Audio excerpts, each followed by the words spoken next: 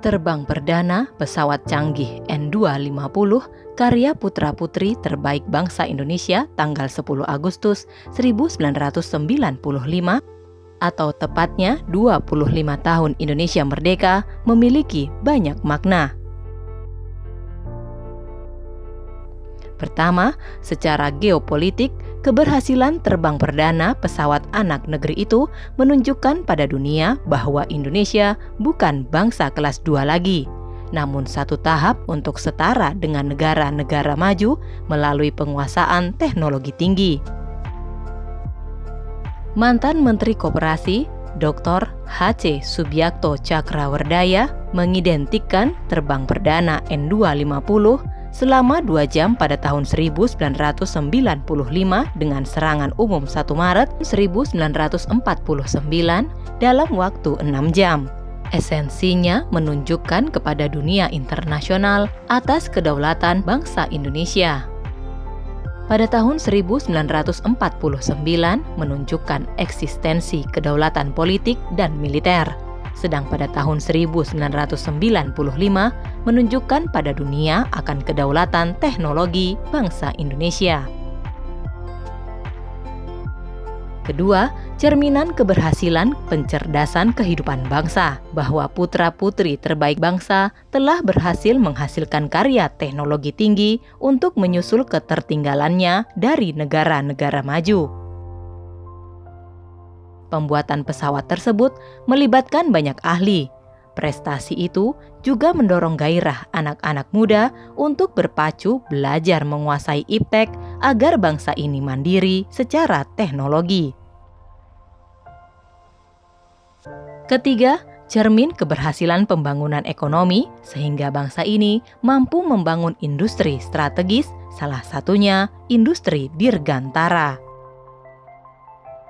Awal Orde Baru APBN bangsa ini defisit, hiperinflasi 650% dan ketergantungan impor pangan.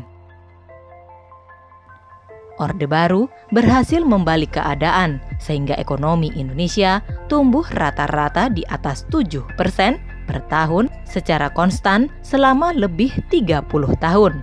Prestasi itu memungkinkan Indonesia memasuki fase sebagai masyarakat industri.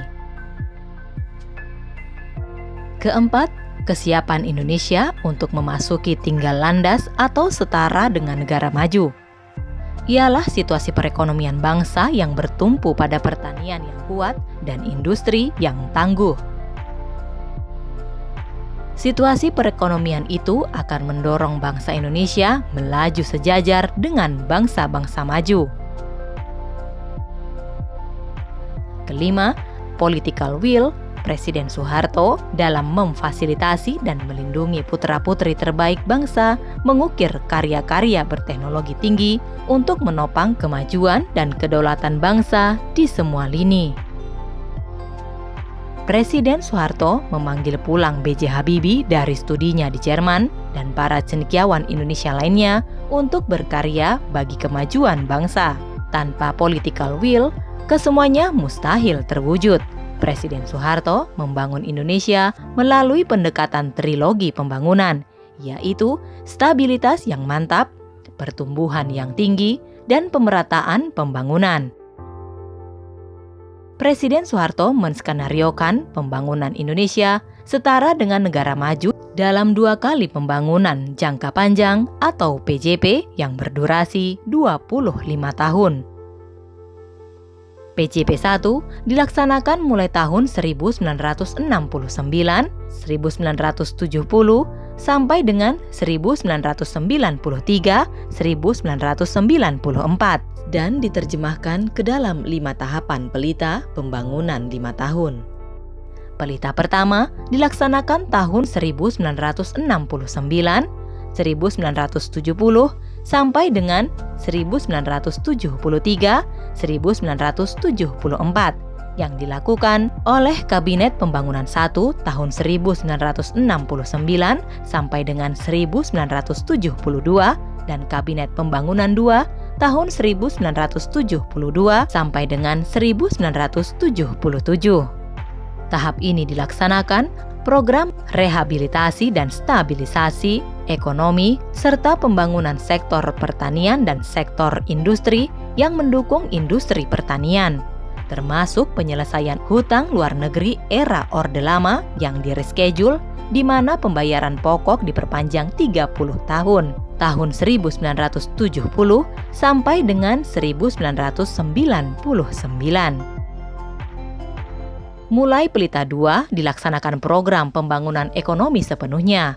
Program pembangunan dalam Pelita II tahun 1974, 1975 sampai dengan 1978, 1979 memfokuskan pembangunan sektor pertanian dan sektor industri yang mengolah bahan mentah menjadi bahan baku.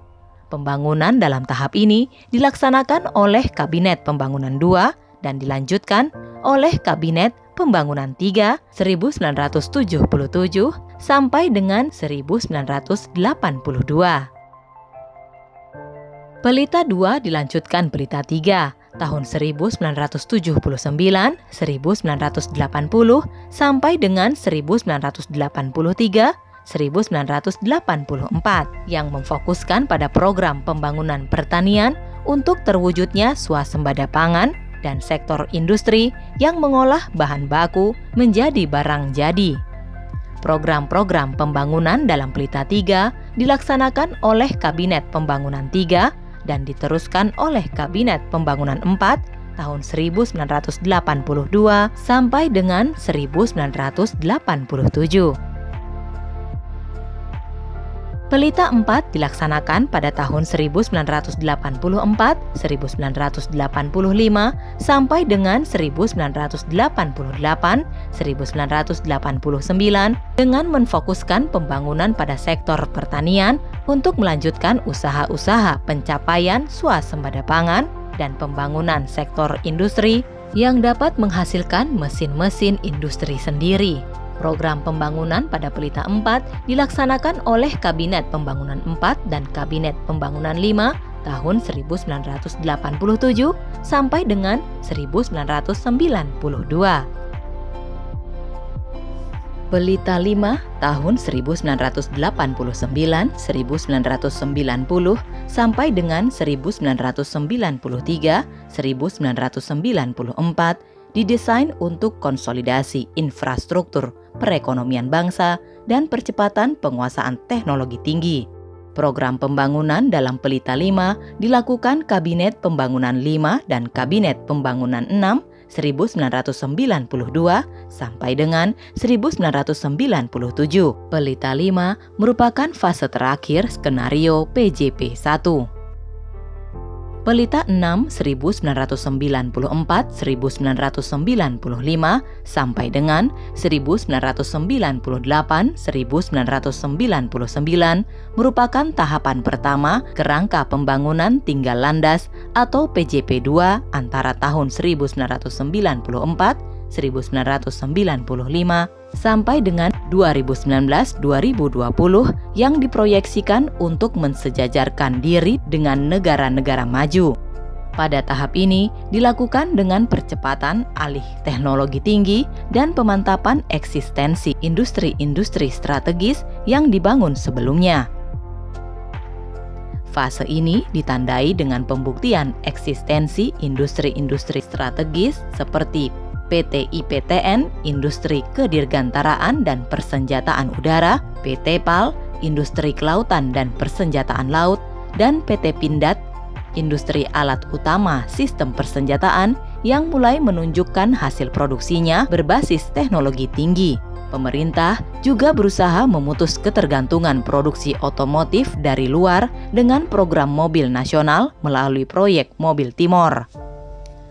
Pelita VI dilaksanakan Kabinet Pembangunan VI dan Kabinet Pembangunan VII tahun 1997, 1998. Pelita VI dan secara keseluruhan skenario PJP 2 terputus oleh krisis ekonomi dan moneter tahun 1997.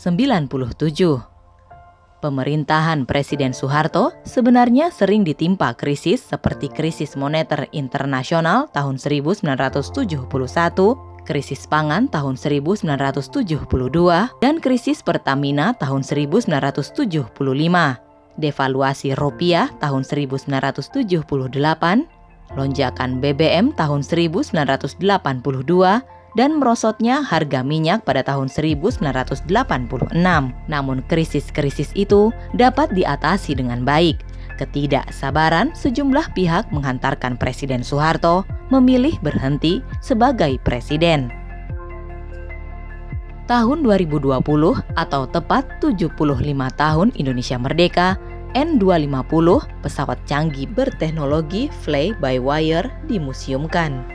Hal itu menandakan keterputusan proses keberlangsungan upaya bangsa Indonesia mensejajarkan dengan negara maju. Upaya tersebut, sebagaimana selalu diingatkan Presiden Soeharto, memerlukan prasyarat, usaha pertanian yang tangguh, dan industri yang kuat.